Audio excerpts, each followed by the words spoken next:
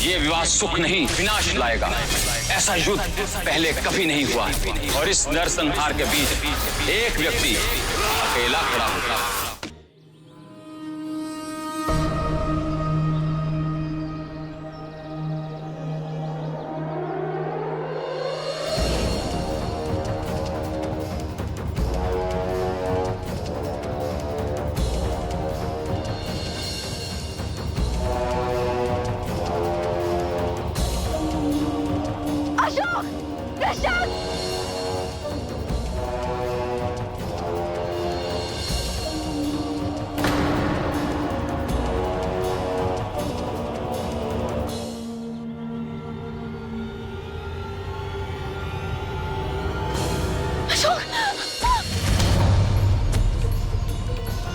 अशोक, अशोक, अशोक, अशोक उठो, अशोक, अशोक।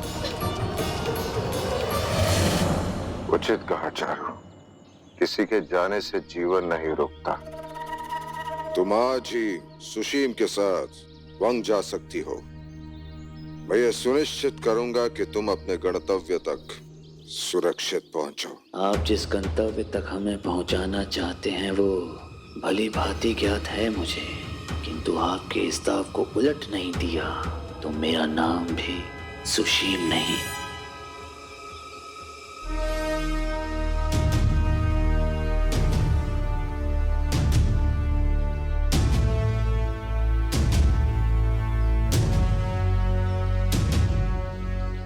अशोक, भले ही तुम लोगों को दंड देने की स्थिति में नहीं हो, लेकिन मैं तुम लोगों को छोड़ूंगा नहीं। अशोक की मां को बचा नहीं पाया, किंतु मातृभूमि के शत्रुओं को बचने नहीं दूंगा।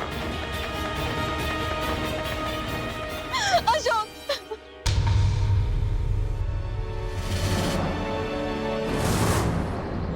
पहले विष को रोकना होगा।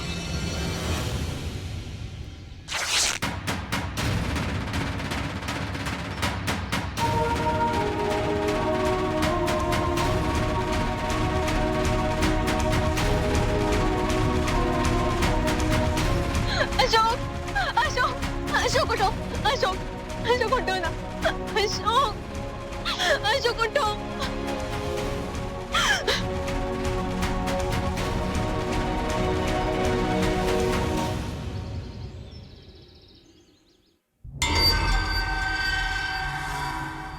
मैं सदा सदा के लिए यहां से चला जाना चाहता हूं।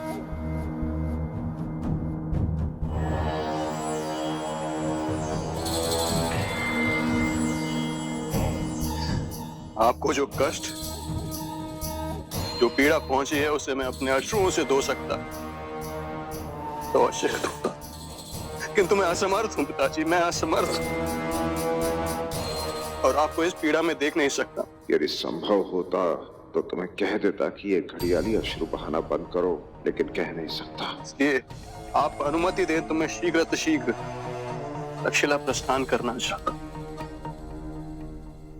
यदि तुम्हारी यही इच्छा है तो जाओ, किंतु प्रांतपाल का नियुक्ति पत्र तुम्हें देने में मुझे थोड़ा समय जाएगा। मैं भली भांति जानता था कि वो पत्र तुम मुझे कभी नहीं दोगे, इसलिए राजमहल चुरा कर पत्र पे लगाकर उसे पहले ही आधिकारिक बना चुका हूं मैं। पत्र की आवश्यकता नहीं है मुझे, उसकी चिंता नहीं। आपने इतना कह दिया, बस बहुत, बस यहां से जाना चाहता हूं।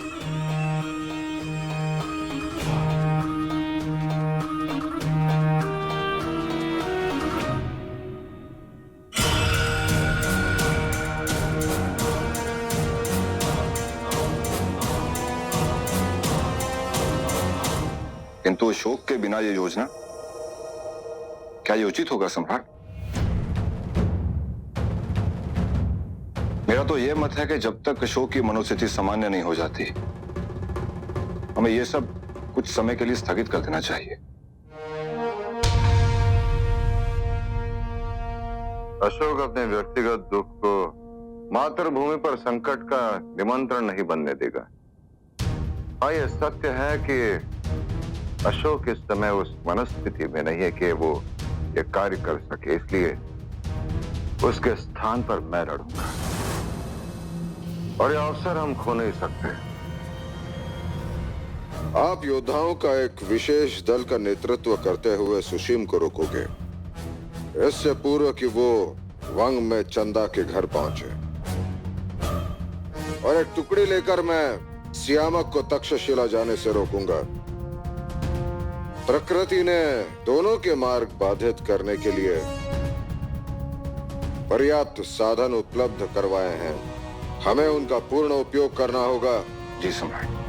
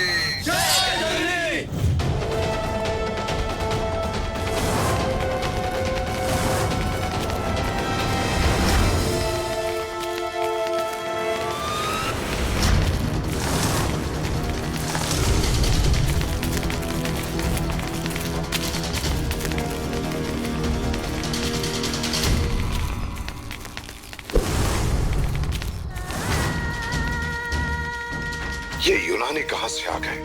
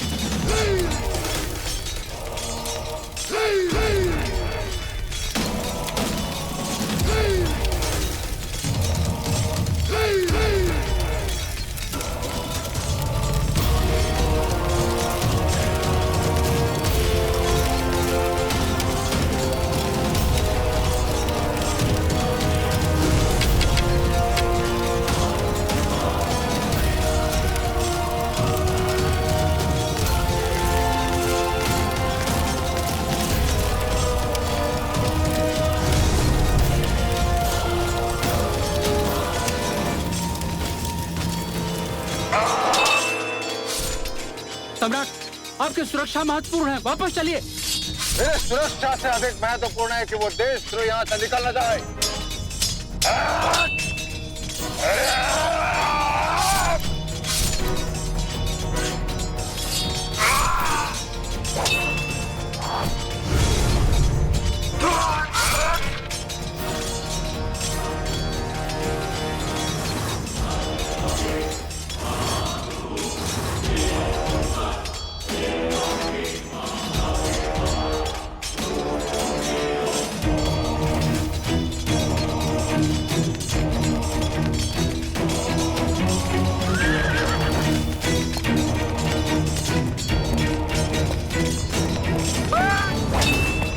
सम्राट, आप जाइए। इनको मैं देख लूंगा।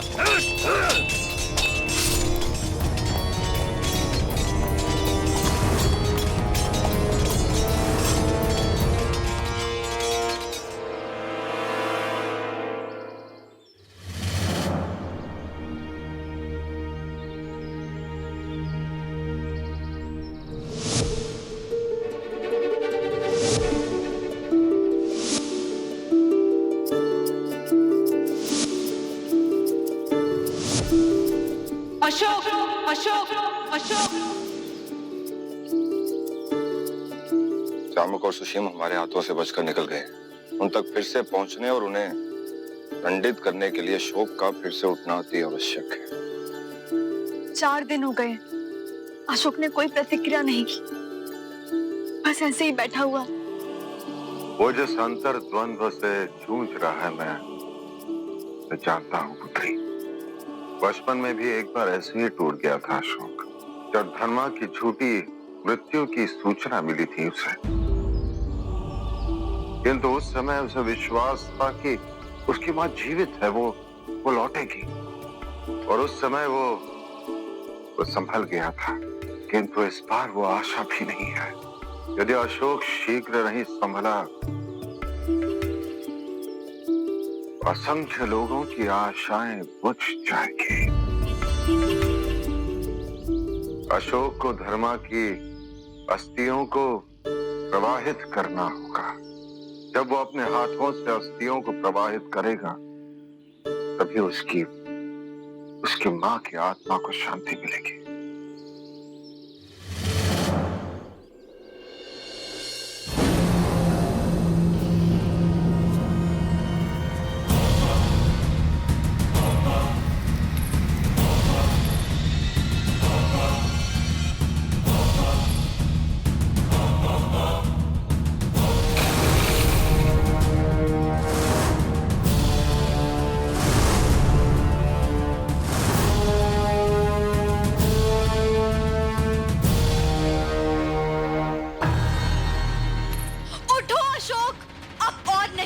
बहुत हो गया।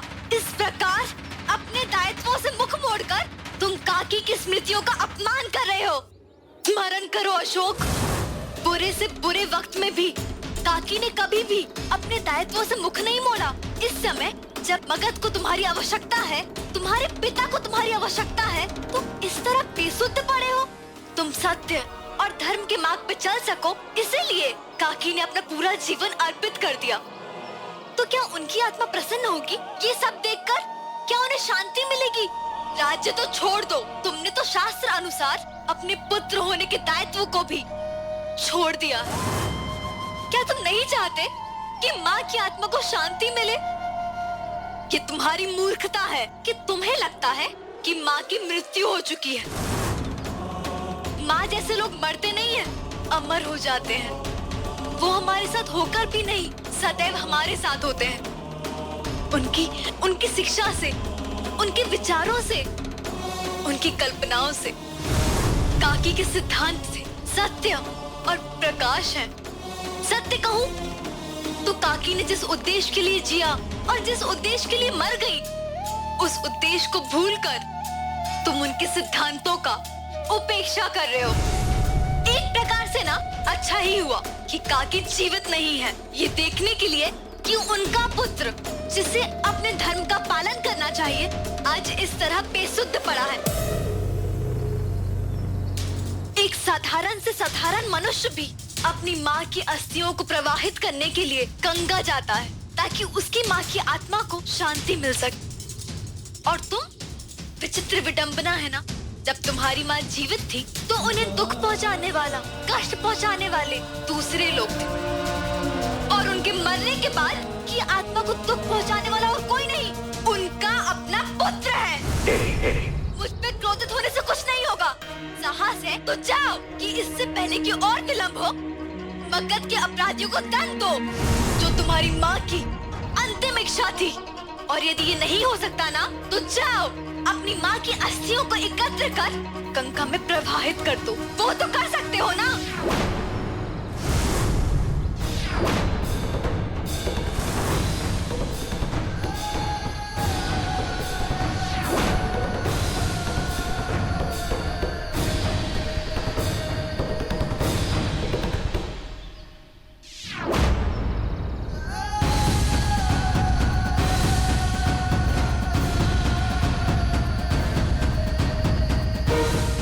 हाँ अशोक, हाँ।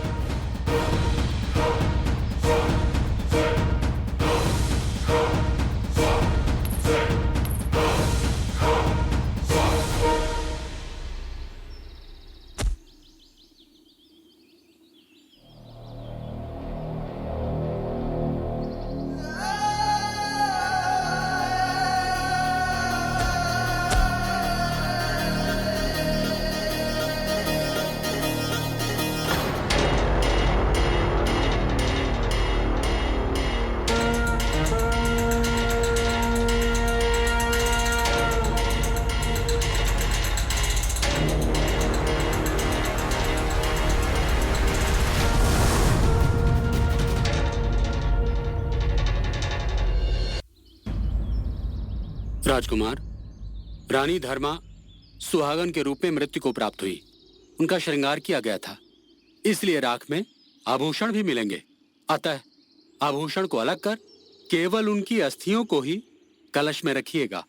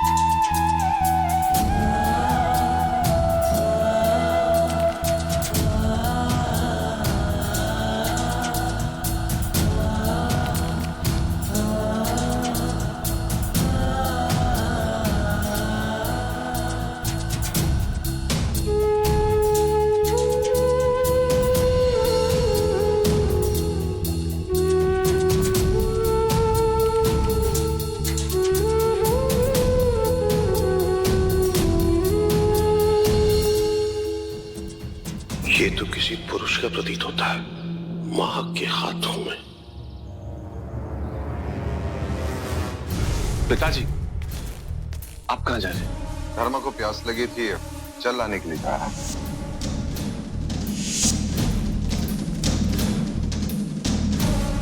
संभवतः औषधि के प्रभाव से निद्रा आ गई।